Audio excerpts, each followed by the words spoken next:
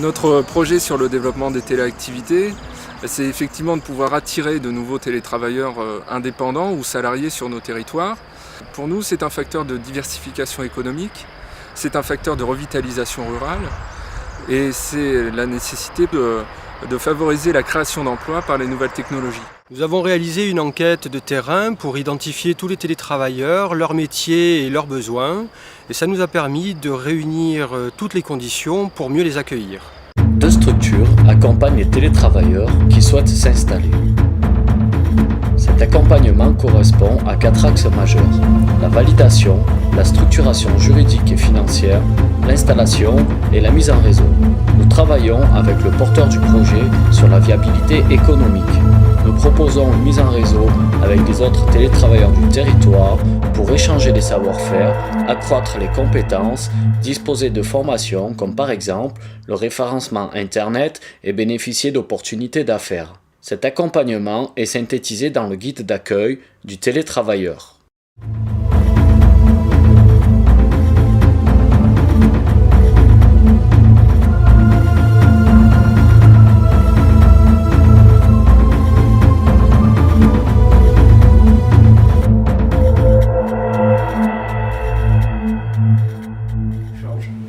Donc le magazine qu'on édite est un magazine sur le voyage nature. Et alors pourquoi est-ce qu'on est venu dans les Hautes-Alpes ? Parce que ça correspondait complètement à l'esprit nature qui est développé dans le magazine et qu'on avait à portée de main comme ça, tout un cadre naturel qui est somptueux.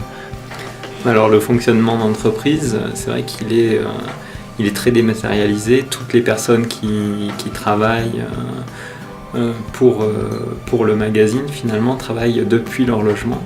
Donc en fait nous on est 2 à Chorges, mais il y a aussi notre commercial qui est à Rennes et un autre intervenant sur les pages montagne qui est guide de haute montagne et qui lui est à Grenoble. Alors le télétravail, ça a plein d'avantages. En fait, ça permet de s'installer où on veut, dans une région qui nous plaît sur le plan personnel, qui colle avec l'esprit de son activité.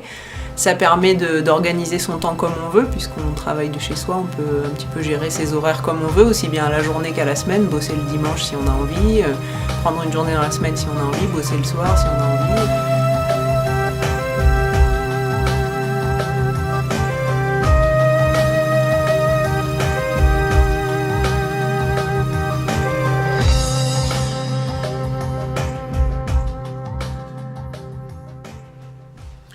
Je travaille en tant que journaliste et écrivain. J'écris des livres informatiques, des articles sur l'informatique pour des magazines et des sites web américains.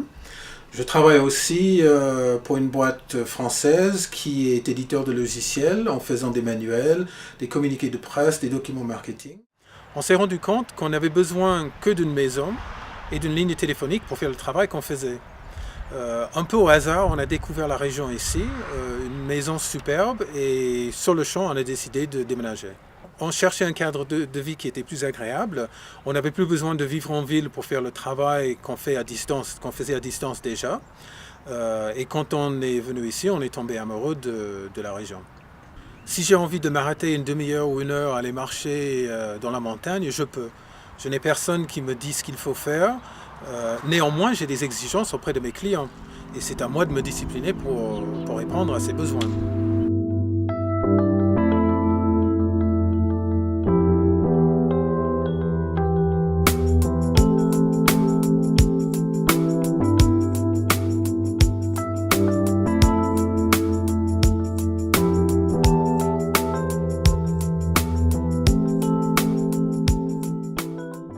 En fait, moi je travaille pour une société informatique américaine.